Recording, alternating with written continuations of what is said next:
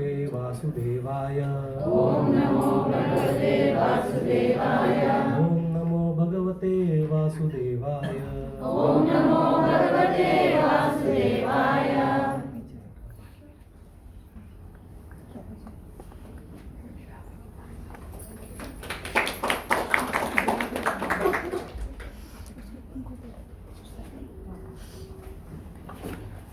With blessings from all my Shiksha Gurus and from the Vaishnavas and Vaishnavis present here, and from Srila Prabhupada and all the pure devotees of the Lord, and the most beautiful Radharani, may the right word come from my mouth for pleasure of Har Krishna and his devotees. Hare Krishna. So, with a screeching noise, this eagle, which was golden effulgent, was rushing towards the city of Prag Jyotisha. Now, this eagle was none other than Garuda Dev, the carrier of Lord Vishnu. Now, however, he was carrying Krishna and Satyabhama with him. Now, they were trying to attack this city, which was the capital city of Bhaumasur or Narakasur. Now, Naraka was the son of Dariti, which is Mother Earth, and Vishnu in his Vamana avatar. So when they were in contact, when Hiranyaksh came and he drone Varaha avatar. Varaha avatar. When Hiranyaksh came and Varaha avatar, when he picked up Mother Earth, Naraka was born.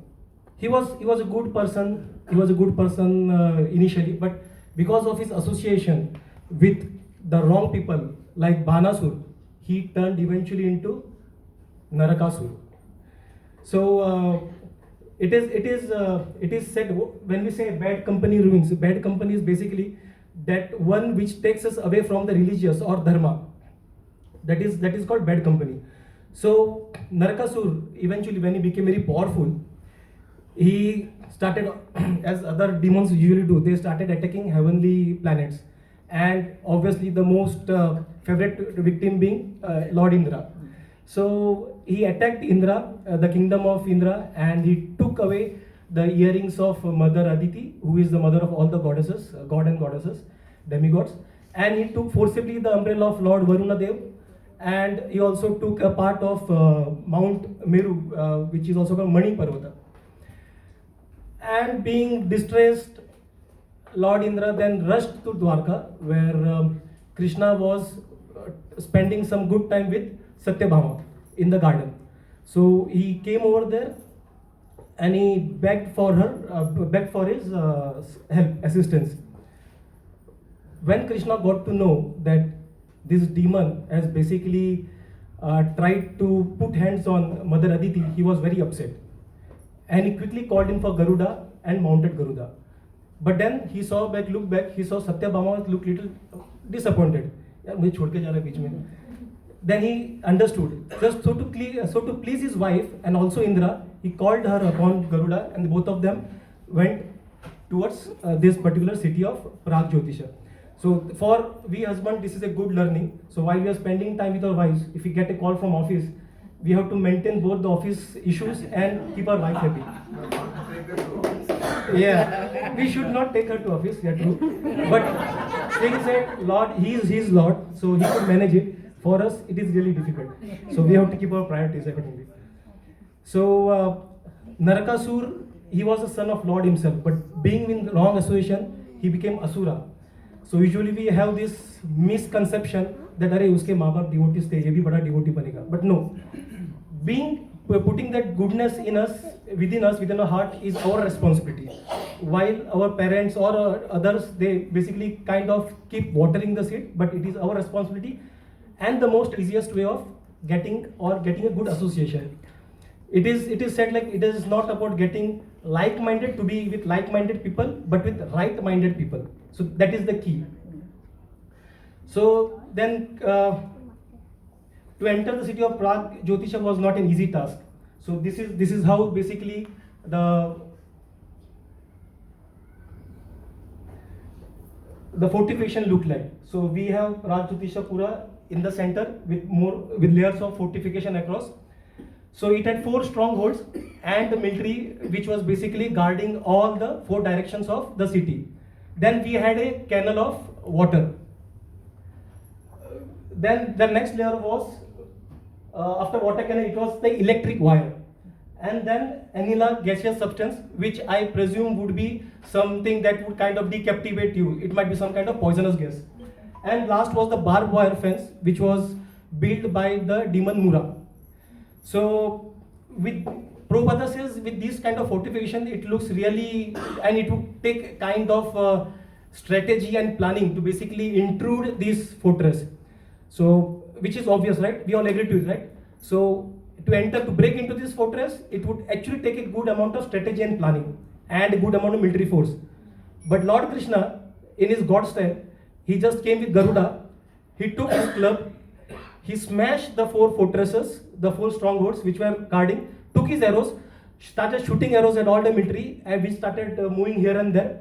Then he took his Sudarshan Chakra, and then he threw the Sudarshan Chakra, which basically kind of decaptivated the water canal, the anila fence, the barbed wire, and then when he came inside, he blew his conch shell. He blew his conch shell so loudly, so strongly, that it not only broke the hearts of the warriors, but also it broke down the machine weaponaries which were over there, which were unmanned weaponaries. It also broke down it. And not only that, it broke the sleep of Demon Mura. So Demon Mura was, he was a 5-headed demon who was sleeping beneath the water for a long time. So from this we can understand how powerful he is. I mean, we usually, people use water to spray on us so that we could wake up. But this demon was sleeping inside water. So we wish, I wish I could have this power when I was a kid, so that my parents, all efforts to wake me up for the school would have failed. But unfortunately, it didn't happen. It is good. Fortunately, unfortunately, it didn't happen. So hearing the noise of the conch shell, Demon Mura appeared over there and he started roaring. He started looking here and there through his 5 heads and his 10 eyes. So if you see, basically Krishna in his all leelas was either attacked by demons, harassed by demons, or invited to kill himself, like Kamsa. This was the first of the kind wherein Krishna is kind of given supari, what we say, supari in Mumbai language. So basically contract killing, hitman. And he's going in full rage to kill the demon. So when Demon Mura appeared over there, he was as brilliant. It is said that he was as brilliant as the sun during the dissolution of the cosmos. And his temper was like a blazing fire. So it was very difficult to see him with open eyes. Then seeing Krishna and Garuda, he was very upset, very angry, and he threw the trident towards Garuda. And he roared, he created a vibrating noise like a roaring of the lion from all the 5 mouths, which kind of created terror across throughout the atmosphere in the 3 worlds, and it is said across all the 10 directions. Now Krishna saw that this trident was approaching his carrier Garuda. He took 2 arrows and shoot it towards the trident, breaking into 3 different pieces. He then shoot more arrows simultaneously, which basically pierce all the 5 mouths of Mura. Seeing this, Mura was even more upset. So he threw his club towards Lord Krishna. But Lord Krishna, even before the club could approach him, Lord Krishna took his invincible club and broke this club into pieces. Now, obviously this made Mura even more upset. So he became more angry and he now wanted to fight Krishna with his bare hands. But before he could approach Krishna, Krishna called for the Sudarshan Chakra and cut his head off, all the 5 heads of his body. And he fell dead into the water, like the cliff of the mountain that would fall into the ocean if it is struck by the thunderbolt of Lord Indra.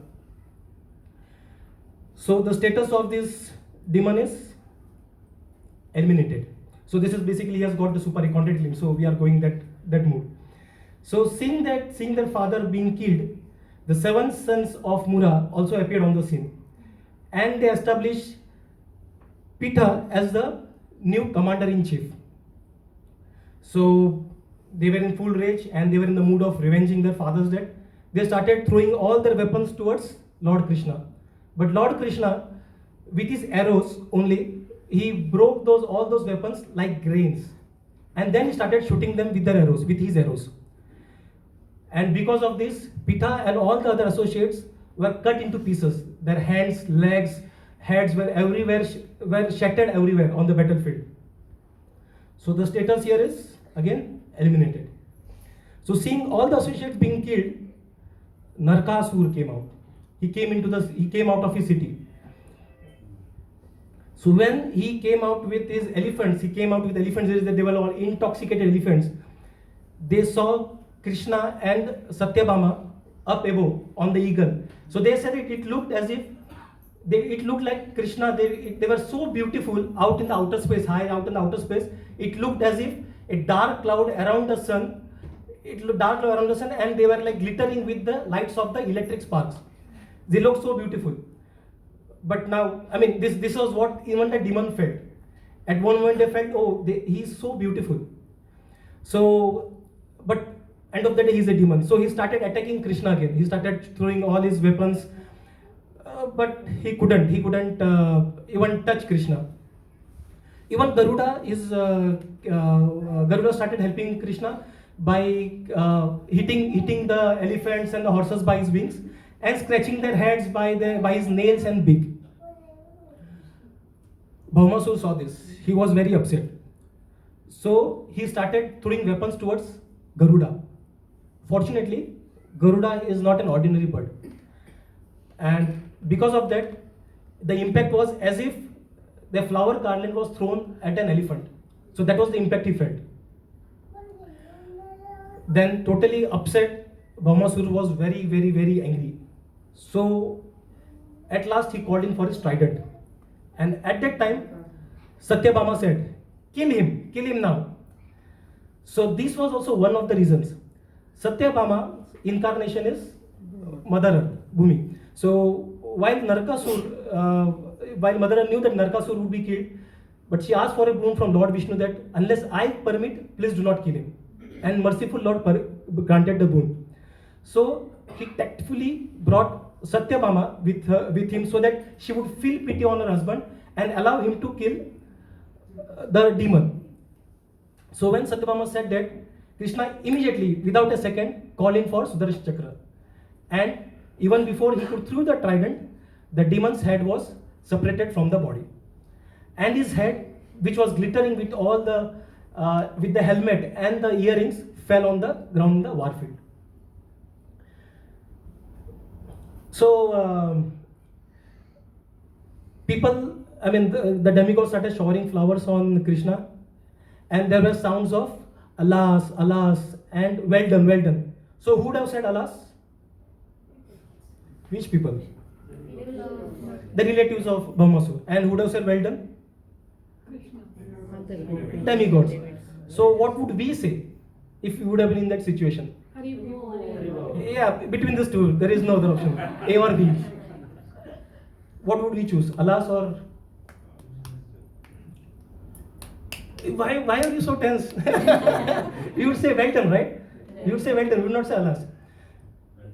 But there is a beautiful poem by Bhakti Vinod Thakura. So whenever Krishna kills a demon, I kind of recollect this particular song. So I would like to.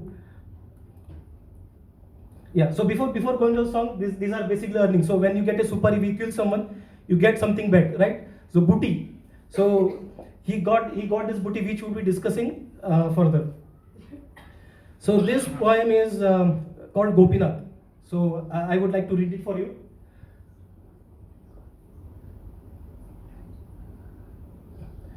Gopinath,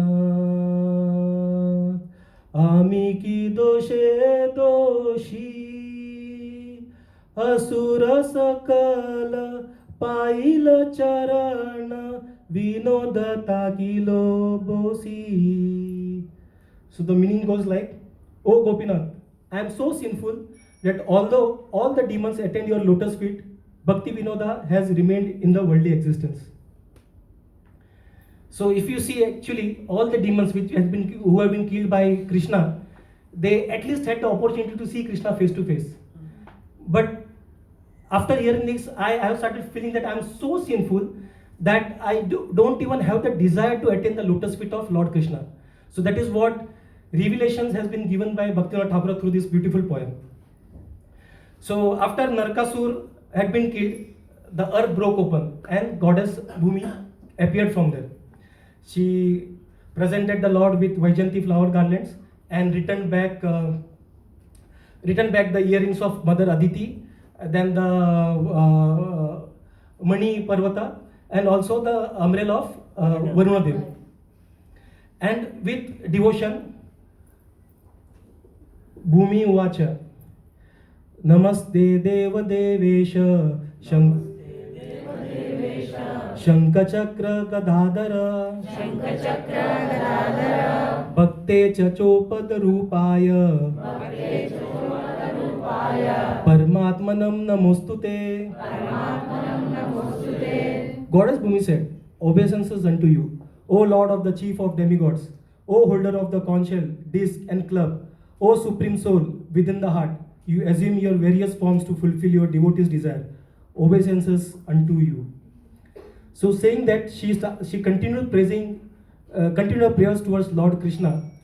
She said that you are the seed-giving father of the complete universe. She also said that you presume the form of Brahma during creation. You expand yourself as Vishnu to maintain this universe, and also you take the form of Shiva to dissolve the universe.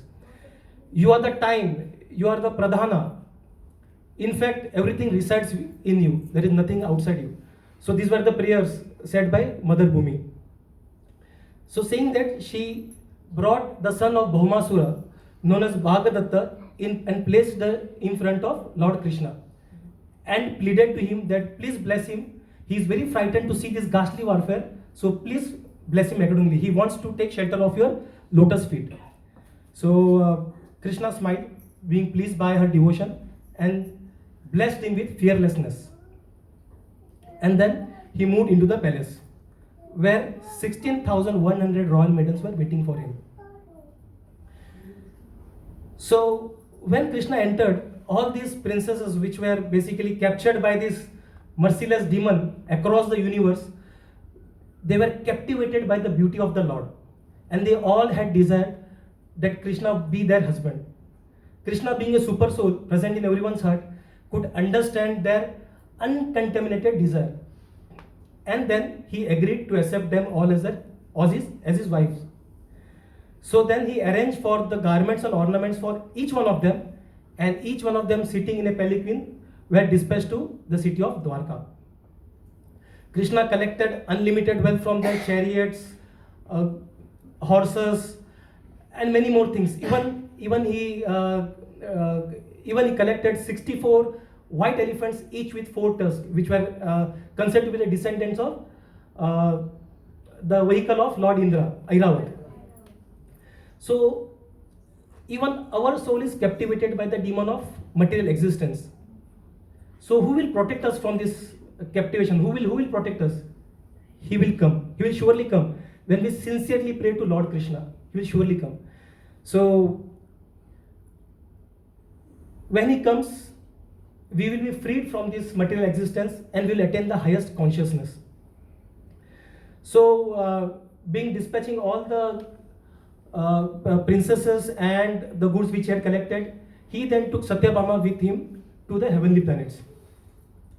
So Lord Krishna and Satyabhama, they entered Amravati, which is the capital city of Lord Indra.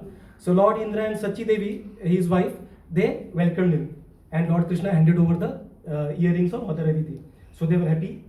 They kind of praised him. They sent some prayers, and then while returning back to Dwarka, Satyabhama recollected. She saw the Parijata flower over there, Parijata plant over there. So she recollected an incident that had happened a few time earlier. So in this particular incident, Narada Muni came with a Parijata flower and gave it to Lord Krishna. So even Narada Muni knew that he did not have just one wife, but he wanted to see that Leela, beautiful Leela of Lord Krishna. So he gave just one flower to Lord Krishna. And Rukmini Devi, being the senior wife of Krishna, as an etiquette, handed over to Rukmini Devi.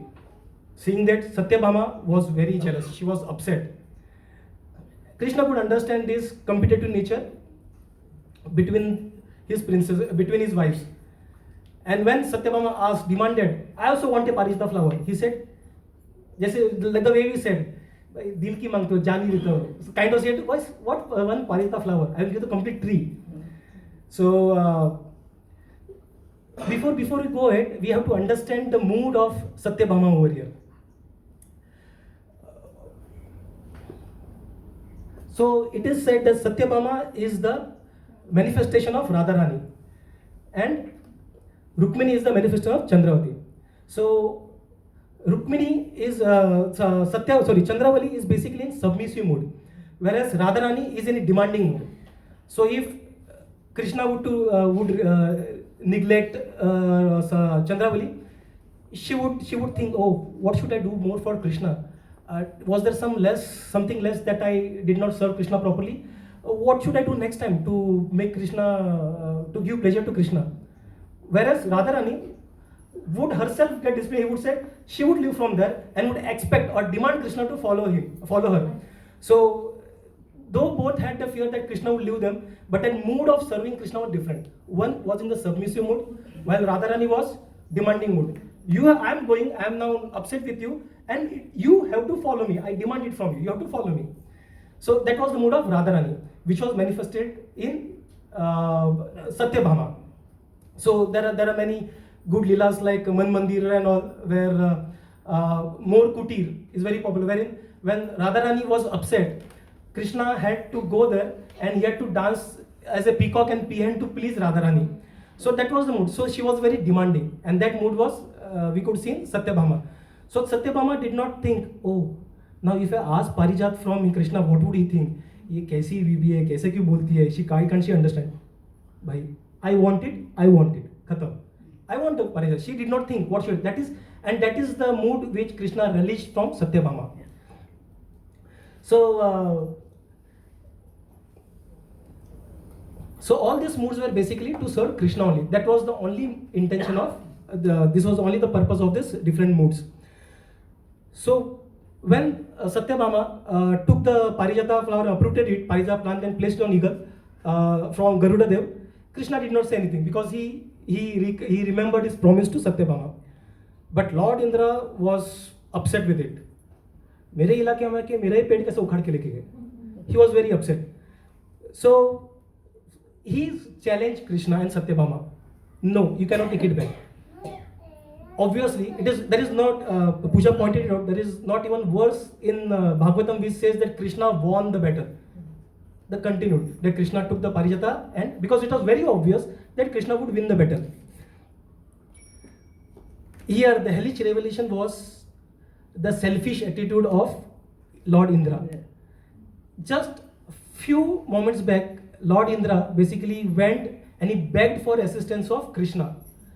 But he begged for, and Krishna, out of his causeless mercy, went back to Amravati, handed over the earrings of his mother.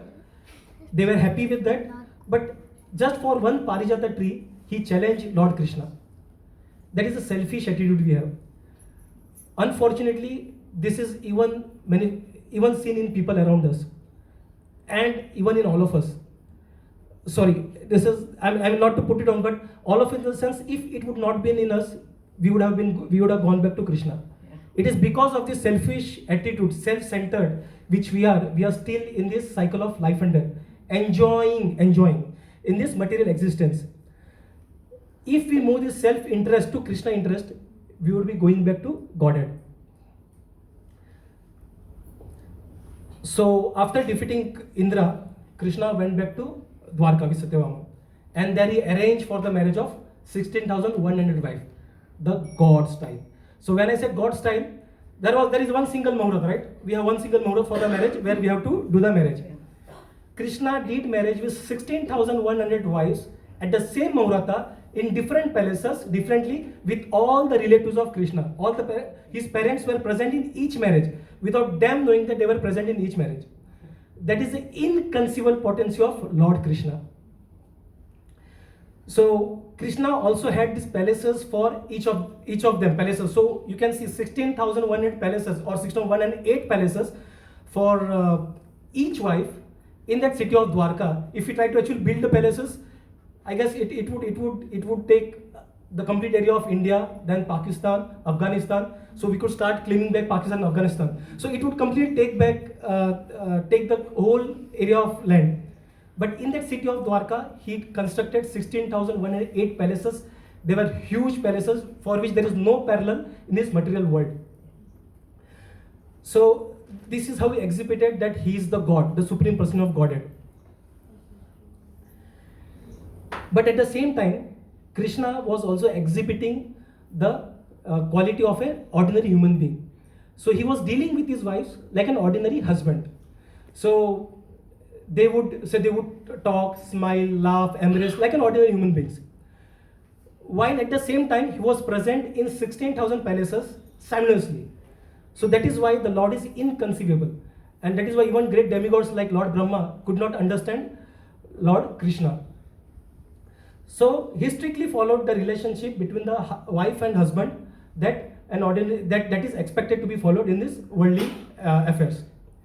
So when Krishna would come back to palace after being out for the whole day, his queens, though they had each of them at thousands of maid servants, they themselves personally would go to welcome him. They would arrange for a nice couch for him to sit down. Then they would offer him a betel leaf. Then they would wash his feet with water of Ganga, and they would give good massage to his feet. So they did this because they wanted him to relieve of the fatigue that he might have got after being away from the home for a long time. So that was their mood. They used to fan him nicely. They used to prepare good palatable dishes for him. They used to ask him to lay down. They used to dress his hair. So they used to bath him. So these were the kind of dealings which were happening between Krishna and his wife, like an ordinary husband and wife. And in these ordinary dealings, they were enjoying the transcendental happiness in their household life. So basically, Krishna, in his dealings with his wife, they were trying to exhibit the ideal household life that has to be exhibited over here. So if we see this complete Leela, Krishna has exhibited multiple Leelas in this one Leela. Right from understanding, making us understand that even if you are the son of God, even your wrong association, boss, you are doomed.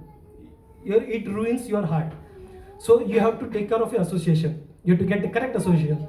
Then he also showed that self-center is the wrong thing.